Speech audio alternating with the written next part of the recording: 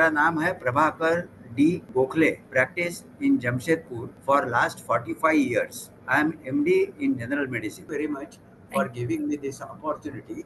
सर्दी लगना एक ऐसी चीज है जिसका अनुभव हम में से ज्यादातर लोग साल में कम से कम एक बार करते हैं। इसकी शुरुआत आमतौर पर गले में खराश, नाक बहना, हल्की खांसी से होती है। कई लोगों में लक्षण 1 से 2 हफ्ते में ठीक हो जाते हैं, लेकिन कभी-कभी कंडीशन ठीक होने और बुखार के चले जाने के बाद भी खांसी बनी रहती है, जो सर्दी के चले जाने के बाद भी हफ्तों तक बनी रहे। सर्दी के बाद भी खांसी का ठीक न होना ये आम और अक्सर निराशाजनक अनुभव है।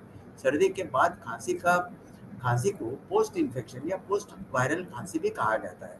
तो ऐसा क्यों होता है? खांसी कभी-कभी लंबे समय तक क्यों बनी रहती है, भले ही सर्दी बहुत पहले चली गई हो?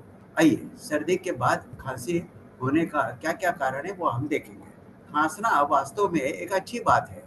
यह हमारे लिए प्रोटेक्टिव मैकेनिज्म है। यानी कोई भी अगर चीज़ हमारे रेस्पिरेटरी ट्रैक्ट में अगर गई तो वो ठीक करने के लिए ये दवाई ये प्रोटेक्टिव मैकेनिज्म है कि जिसके चलते खांसी आके वो ये चला जाता है और उसके बाद वो पदार्थ बाहर फेंका जाता है ताकि वो रेस्पिरेटरी सिस्टम में और फेफड़े में न जाए।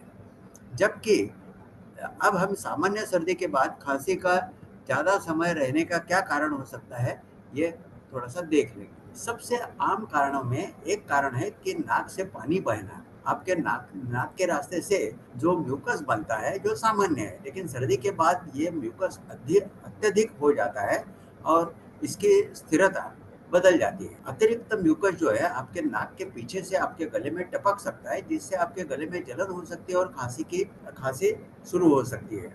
आप देख सकते हैं कि आप जब लेटते हैं तब ये खांसी और भी बदतर हो जाती है, क्योंकि गुरुत्वाकर्षण के कारण ये जब आप लेटते हैं तब बलगम अधिक आसानी से टपकता है। एक अन्य कारण है वायु मार्ग का सूजन, एयर पैसेज का सूजन। सर्दी के कारण वायु मार्ग में सूजन या सेंसिटिविटी हो सकती है। अस्थमा या एलर्जिक जैसे आपका अगर पहले से ही टेंडेंसी रहेगी तो ये आपके लिए अधिक तीव्र बना देता है प्रॉब्लम। कभी-कभी आपके वातावरण में मौजूद उत्तेजक पदार्थों के संपर्क में आने से सर्दी के बाद की खांसी लंबे समय तक बनी रह सकती है या खराब हो सकती है। धुआं, एयर पॉल्यूशन या स्ट्रॉन्ग स्मेल जैसी चीजें आपके एयरवेज में जलन पैदा कर सकती है, जिससे इन्फ्लेमेशन, जिसको हम सूजन बोलते हैं, उसके चलते लगातार खांसी हो सकती है। इस तरह की खांसी को नियंत्रित करने के लिए इस परेशानियों से जितना संभव है उतना बचना जरूरी है। घर में एयर प्यूरिफायर का इस्तेमाल करने से आपको ये परेशानियों से कम करने में मदद होती है।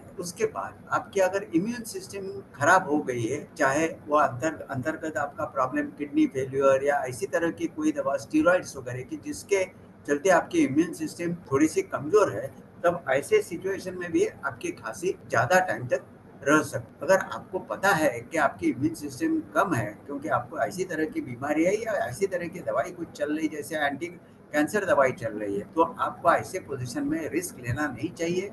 आपको डॉक्टर से मिलना चाहिए। डॉक्टर को आपको कब दिखाना है? संक्रमण के बाद यानी इन्फेक्शन के बाद खांसी के लिए आपको तब चिकित्सा लेनी पड़ेगी, ये जानना बहुत महत्वपूर्ण है, क्योंकि आपको इमीडिएटली तो डॉक्टर के पास जाने की जरूरत नहीं है। जनरली 2 महीना तक आप रुक सकते हैं, लेकिन हम नहीं चाहते कि इतना टाइम आप रुके।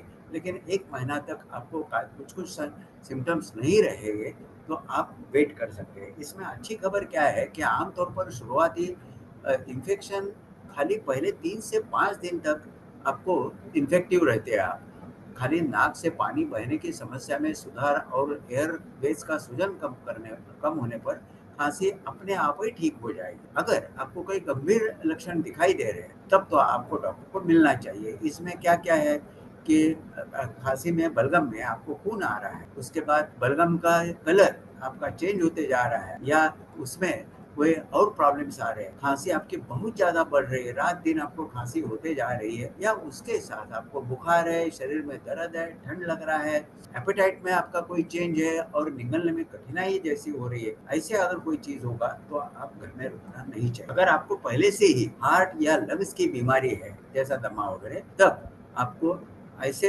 सिचुएशन में डॉक्टर से मिलने की सलाह दी जाती है। खासकर अगर यह आपको 15 दिन से भी ज़्यादा हो गए, तब आपको ज़रूर डॉक्टर को मिलना चाहिए। अगर कुछ हफ्ते के बाद आपकी खाँसी आपकी नींद या इसमें नींद में भी प्रॉब्लम कर रही है, दैनिक अपना काम जो है काम-धंधा उसकी कैपेसिटी में अगर प्रॉब्लम ला रही है, तब भी आपको डॉक्टर के पास जाना चाहिए। अब इसमें कुछ-कुछ घरेलू उपचार आप कर सकते हैं। इमीडिएटली तुरंत डॉक्टर के पास जाने के पहले ये आप करके देख लीजिए। कई लोगों के बारे में तो बिना डॉक्टरी उपचार, खाली घरेलू उपचार से ही खाँसी कम करने में काफ़ी मदद हो। तो ये क्या-क्या इलाज आप घर में ट्राई कर सकते हैं। एक तो नीलगिरी का तेल, यूकैलिप्टस ऑयल, ये एक लोकप्रिय घरेलू उपाय है। ये एक प्राकृतिक पदार्थ है कि जिसमें एक विशिष्ट स्मेल होती है, जिसके बारे में माना जाता है कि इससे कई स्वास्थ्य लाभ हैं, जिससे खांसी को राहत देना भी शामिल है। ऐसा माना जाता है कि कफ को ढीला करने में ये मदद कर, जिससे खांसना आसान हो जाता है और आपको एयरवेज साफ हो जाता है। नीलगिरी तेल का उपयोग करने का एक तरीका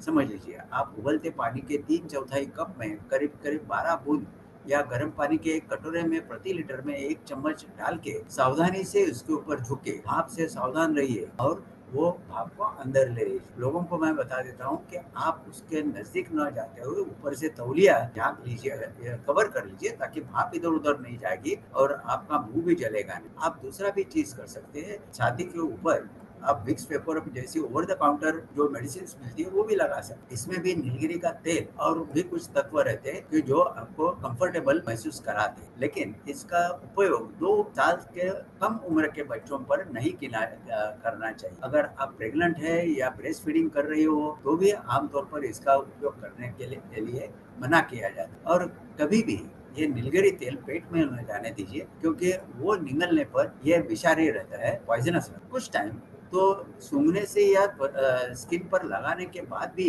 यूकैलिप्टस ऑयल कुछ-कुछ लोगों को कुछ दवा के साथ इंटरैक्शन कर सकता है। इसलिए आप अगर इसका उपयोग कर रहे हैं तो आपके डॉक्टर को ये ज़रूर बता दीजिए। दूसरा घरेलू उपाय है हनी, शहद। शहद आप कॉफ़ी या चाय के साथ अगर ले लेंगे तो वो भी आपको खाँसी को शांत करने का एक अच्छा उपाय है। विशेषज्ञों का यह मानना है कि हनी के औषधीय प्रभाव जो एंटीऑक्सीडेंट और एंटीबैक्टीरियल है, इसके चलते हो सकते। इसके बाद वयस्क लोगों के बारे में कुछ अध्ययन भी किया गया है, कुछ रिसर्च पेपर्स भी आए हैं। इसमें थोड़ा आराम मिलता है, ऐसा फाइंडिंग आया है, लेकिन अधिक शोध की आवश्यकता। शहद के बारे में एक महत्वपूर्ण सुरक्षा नोट है, 12 महीने के कम उम्र के बच्चों को न देना अच्छा रहेगा।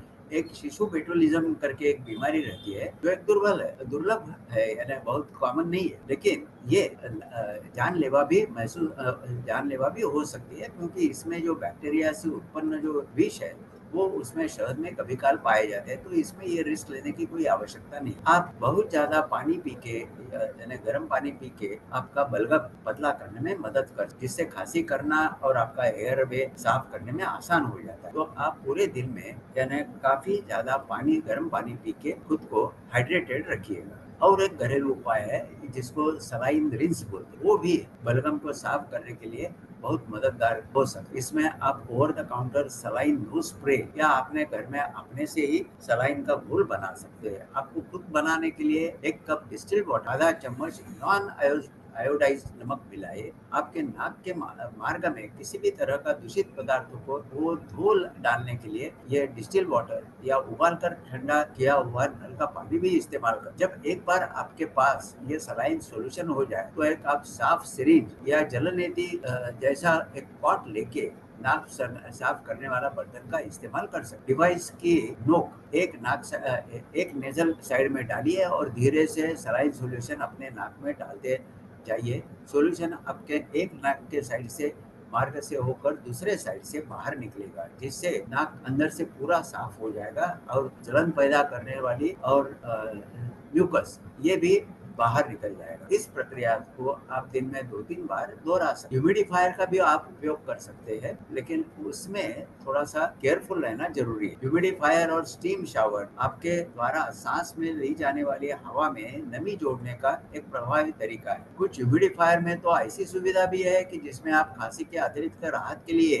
यूकैलिप्टस या पेपरमिंट ऑयल जैसे आवश्यक तेल भी मिला सकते। अगर आप बच्चों के लिए ह्यूमिडिफायर का उपयोग कर रहे हैं तो कूल मिस्ट ह्यूमिडिफायर का इस्तेमाल करना। अगर बच्चा भाप के बहुत करीब चला जाए तो गर्म मिस्ट ह्यूमिडिफायर या वेपोराइजर यानी स्किन को जला सकता है। साथ ही पानी की टंकी में बैक्टीरिया या फंगस बढ़ने से रोकने के लिए ह्यूमिडिफायर रोजाना साफ भी करना है। गरारे करना ये भी एक घरेलू उपाय है।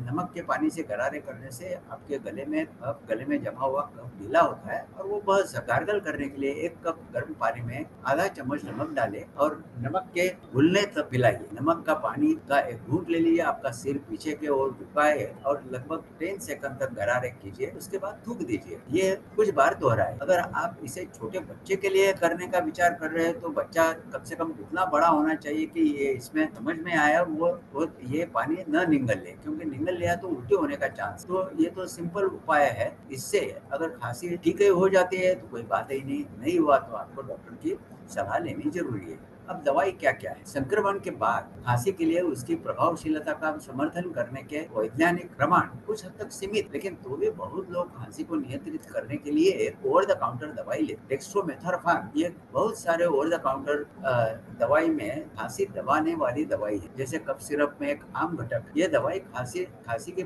रिफ्लेक्स रोकने का काम करती है। वाफेनेसिन एक और ओवर द काउंटर खांसी की दवा है। डेक्स्ट्रोमेथोर्फन के विपरीत वाफेनेसिन एक उसके एक्शन अलग है। उसके एक्शन में बलगम को पतला करने का काम किया जाता है, जिससे खांसी करना और उससे छुटकारा पाना आसान हो जाता है। खांसी के दवा या गले की दवा का भी व्यापक रूप में उपयोग किया जाता है। खांसी की दवा में अक्सर शहद, मेंथॉल, नीलगिरी के तेल और कभी-कभी डेक्स्ट्रोमेथोर्फन रहते हैं। ये ध्यान देने की चीज है कि इसका वास्तविक लाभ ना होता है, ये डाउटफुल है। कुछ लोग तो बोलते हैं कि यह खाली अपने मानसिक समाधान के लिए। सिंपल आप हार्ड कैंडी अगर उसका चूसेंगे तो भी आपको उतना ही आराम मिलेगा। कुछ चिंताएं यह है कि मेंथॉल जो आपके गले में ठंडक और सुन्नता प्रदान करता है, वो वास्तव में कुछ मामले में खांसी को और खराब भी कर सकता है। आपका डॉक्टर आपके खांसी के कारण में अगर समझ लिया एलर्जी या अस्थमा का अगर कुछ अंश रहेगा तो उसकी दवा भी दे सकते। अगर नाक के पानी टपकने की वजह से आपको खांसी हो रही है तो एंटीहिस्टामिनिक मददगार हो सकते हैं, क्योंकि नाक के स्ट्राप जो म्यूकस है वो सुखाने में मदद करता है। हालांकि एंटीहिस्टामिनिक का और एक प्रॉब्लम है कि वो दिन भर आपको थोड़ा सा ड्राउजीनेस क्रिएट करता है। तो आपका अगर लिविंग मशीन यानी मूविंग मशीनरी से वगैरह आपका कुछ ताल्लुक है तो आप वो जरा संभाल के ले लीजिए, या ऐसा एंटीहिस्टामिनिक ले लीजिएगा अलेग्रा या लोराटिन जैसा कि जो आपको ड्राउजीनेस यानी स्लीपी महसूस करा नहीं देगा। अगर अस्थमा का पॉसिबिलिटी है तो डॉक्टर अस्थमा के उपाय में यूज करने वाले इनहेल्ड कॉर्टिकोस्टेरॉइड्स यानी जो पंप बोला जाता है आमतौर पर, वो भी दे सकते हैं। मॉन्टेलुकास सोडियम जैसा ल्यूकोट्रीन रिसेप्टर विरोधी भी दिया जा सकता है, और बहुत ही कम सिचुएशन में कभी-कभी ओरल स्टेरॉइड भी दिया जाता है, लेकिन ये डॉक्टर ने करना है, अपने से लेना नहीं है। आखिर में हम कुछ तरीके सुझाएंगे जो आपको और आपके परिवार को संक्रमण के बाद होने वाली खांसी से बचाने के लिए, स्वस्थ रहने के लिए मदद करें। और ये जो हम अभी बताने जा रहे हैं वो हम कोरोना काल में कर ही रहे थे। जैसे कि हाथ को बार-बार साबुन और पानी से धोना, खास तौर पर सार्वजनिक स्थल पर जाने पर या बीमार लोगों के आसपास रहने के बाद ये करना जरूरी है। खांसने या छींकने वाले लोगों के साथ कम से कम संपर्क में आना, मास्क लगाना, जो हम कोरोना काल में कर रहे थे वो सभी का सभी चीज आप इसके लिए भी कर सकते हैं, क्योंकि दोनों का मैकेनिज्म ऑफ ट्रांसमिशन यानी संक्रमण करने का तरीका सेम ही है। अपने आंख, नाक और मुंह को छूने से बचिए, क्योंकि इससे बैक्टीरिया आपके शरीर में आसानी से प्रवेश कर सकते हैं। अपने घर और ऑफिस या जिधर भी आप काम कर रहे हैं उससे नियमित रूप में यानी एंटीबैक्टीरियल स्प्रे मारेंगे तो भी अच्छा रहेगा।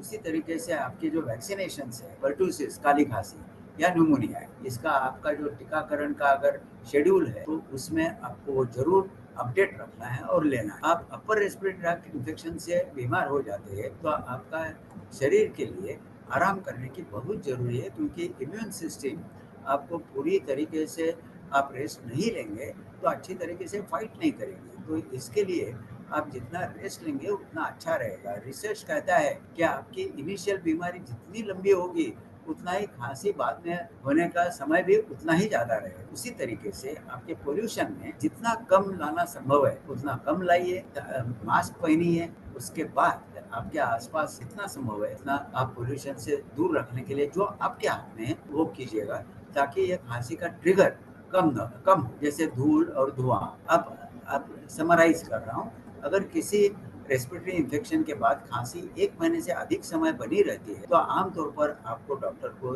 दिखाना उचित रहेगा, क्योंकि डॉक्टर आपका सही मूल्यांकन करेगा और उसके बाद अगर आवश्यकता होगी, तो आपके घरेलू उपाय पर्याप्त नहीं है, इसके लिए आपको कोई उचित इलाज भी आपको सुझा देगा। Thank you very much. Thank you.